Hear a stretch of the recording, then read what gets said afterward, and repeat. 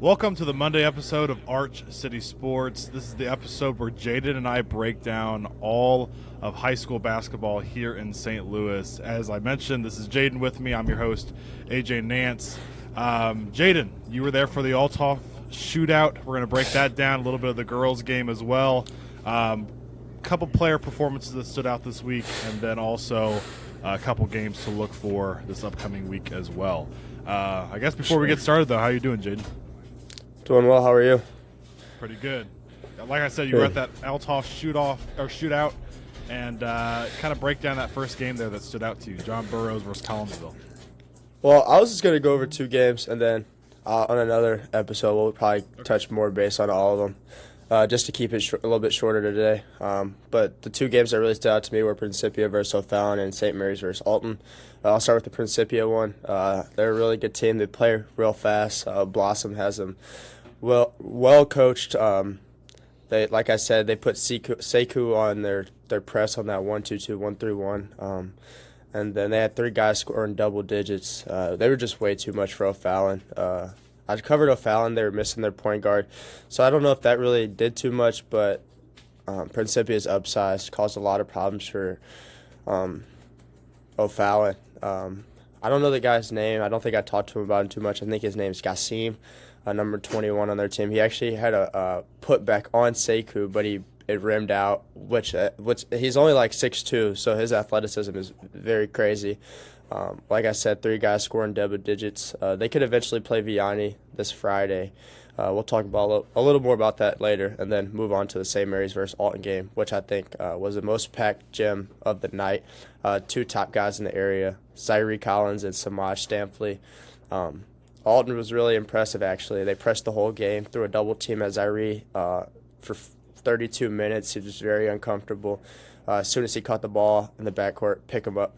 I thought Samaj was actually going to guard him from the get-go, but it's actually Alex Matthias, I think is his name. He only averages like 1 point a game, but he's really gritty on the ground, blocking shots. He's only about 5'9", so it was pretty impressive. And then Samaj came out in the first quarter, had like 14 points, ended the game with 30.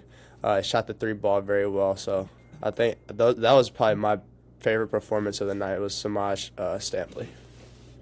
Yeah, it's kind of interesting going into that one. I made a video about how it's Zyree versus Samaj, and I think overall, we all assumed Zyree would maybe have the advantage there, but Samaj came out with the guy that got all the attention from it. Yeah.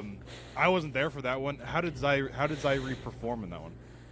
I think he only ended with 18 points, but like I said, they threw so much at him. They made it real hard, like chasing him around the perimeter. As soon as he was across half court, it was pick him up, don't let him catch the ball.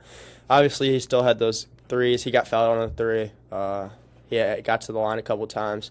So he still ended up having 18 points, but what we're used to is those 30, 40-point games. Yeah. I just think they're role players, and they just played so well together. It's just so hard to beat them when St. Mary's doesn't have any other scores, really.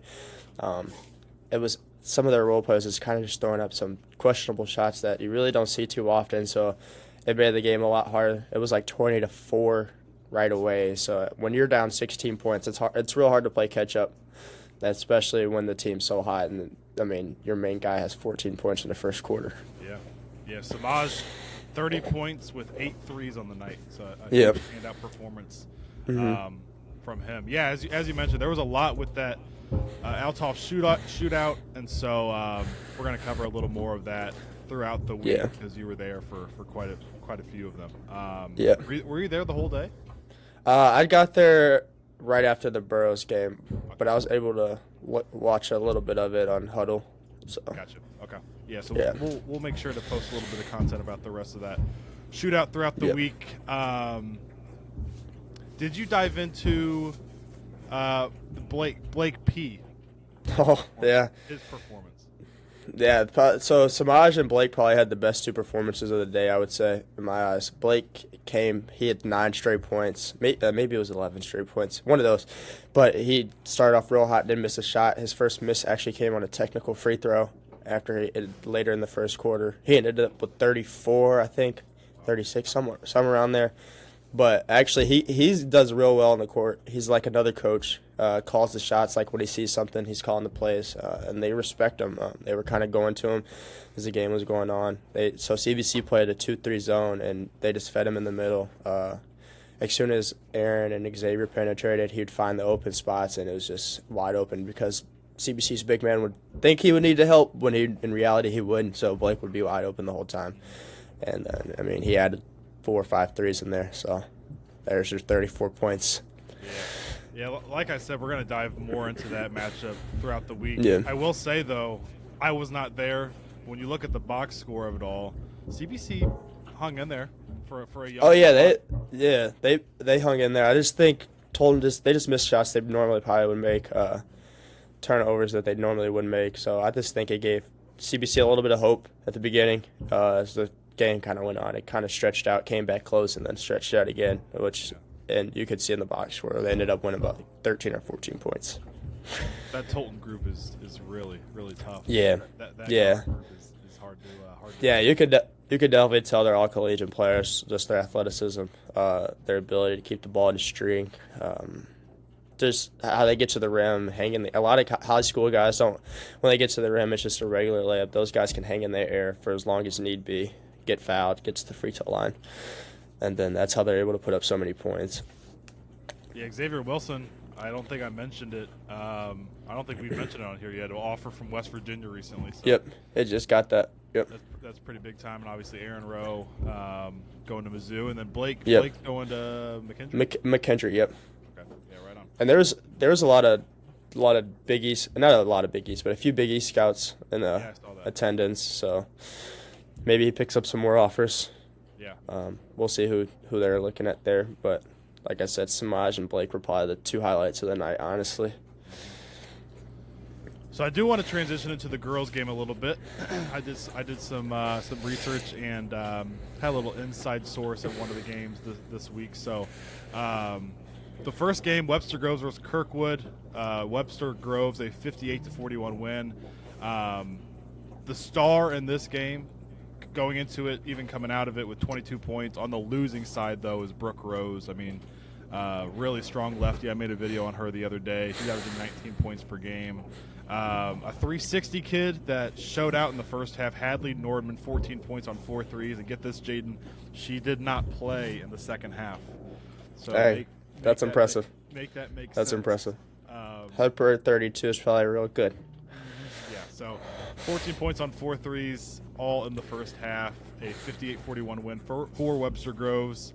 Another game that stood out, Principia. I believe they're now 10-2 on the season on the girls' side. A 64-61 win over Quincy in overtime. Deja Scott, one of the best players in the area, 17 points, 8 rebounds on 6 of 22 shooting, though. Not a very efficient night. No. She's averaging 18 and 12 on the year, but the player that stole the show in this one was Jayla Hawkins, who's only averaging 8 points per game, but she had 18 on the night, 4 of 6 from 3 in that one.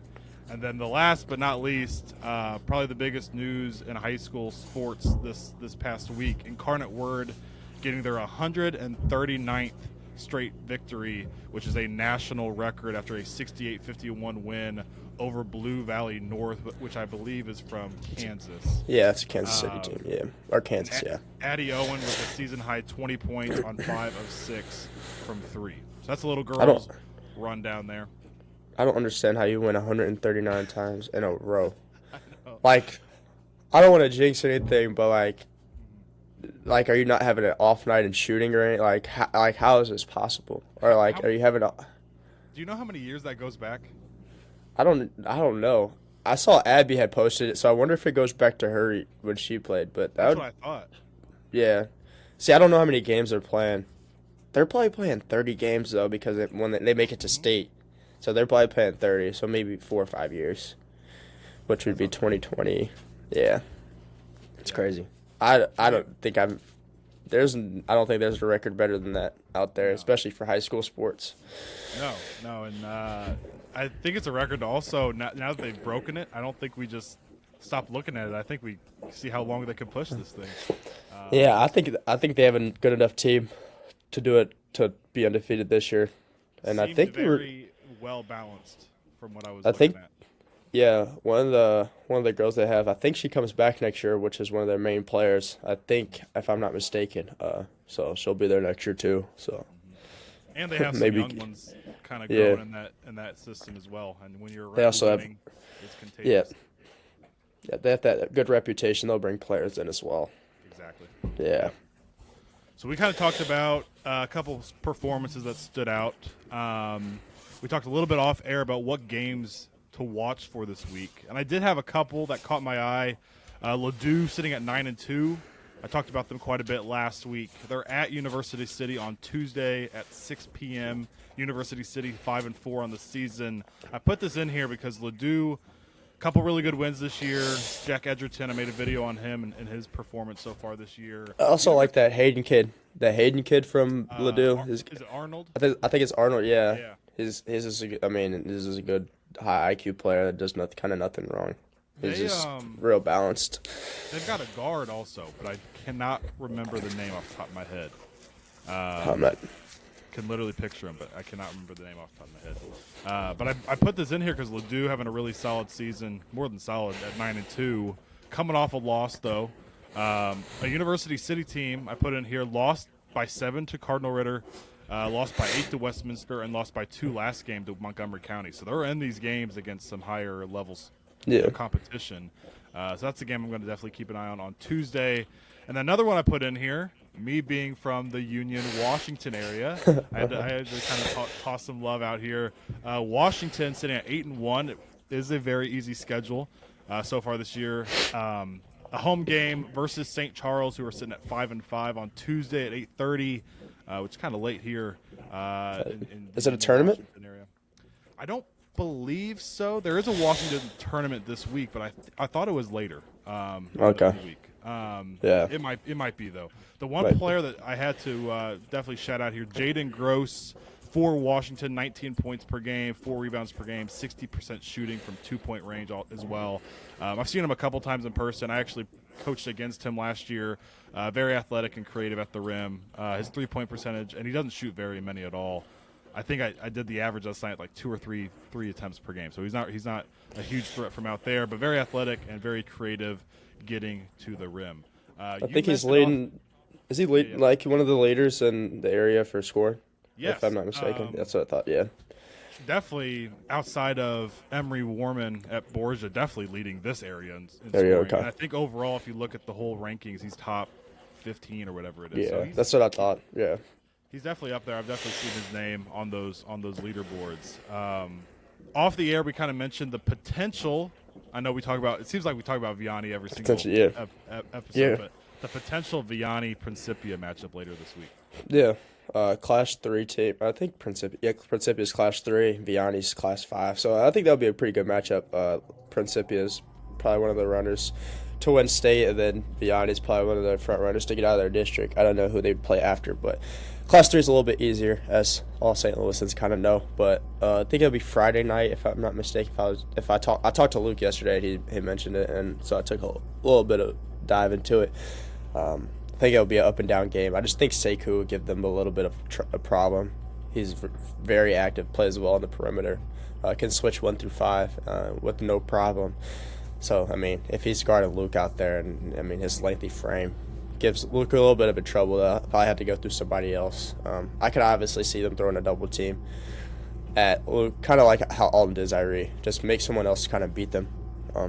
That's what you kind of see in high school basketball a lot more. Try to make your role guys beat you. If your role guy has 20 points and your main guy has 10, it's better than your main guy having 40 and them beating you. So I think that game on Friday night could be exciting. I think Vianney plays like St. Charles or Lutheran, some team out there. I think they beat them with no trouble, and then Principia undefeated. I think they stay undefeated for maybe past Friday. I don't know. I think that would be a good one. High score for sure. I do have to mention there are going to be many other games that we don't talk about that do well throughout the week. And there's going to be games, there's going to be performances that we do not cover every week, and I do not make videos every week. And I've seen a lot of people comment like, how did you not talk about so-and-so from this school? And my thing is there takes a lot of time making those videos, and so that's why we try to cover a lot more in these episodes. And I think I even posted that on my story. Like, tune into these episodes because I can only post a couple reels a week about certain performances. So this is where we kind of break down even more. Yeah, so we only mentioned the Ladue at University City and St. Charles at Washington game and a little bit of that Principia Vianney potential matchup. But there are going to be other games that stand out this week, other performances. For sure. But next Monday we'll make sure to cover it all. Anything this one's a little bit slower. This week's a little bit slower on the high schools. There's not much really going on from what I know. Like some of the MCC matchup of the week is not very exciting, so which a lot of people look forward to. And then there's just not as much this week. Probably next week it'll probably ramp back again. So a lot of games getting rescheduled. So hopefully we get to see that Chaminade DeSmet one soon.